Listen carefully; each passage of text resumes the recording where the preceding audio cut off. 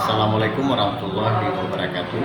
Saya Zulfadli SIMH, Ketua PKKMPI Kecamatan Murah Mulia, menghimbau kepada seluruh masyarakat Kecamatan Murah Mulia untuk senantiasa berdoa dan meningkatkan keimanan dan ketakwaan kepada Allah Subhanahu wa taala agar kita dapat terlindungi dari berbagai macam virus yang sedang mewabah, khususnya virus corona di Kecamatan Murah Mulia.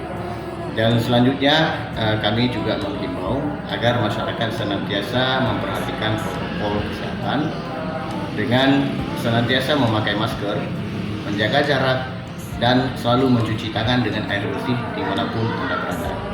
Dan kami juga mendukung gerakan gebrak masker Aceh atau GEMA yang digalakkan oleh pemerintah Aceh yang ada di seluruh wilayah di Kecamatan Murah Mulia khususnya.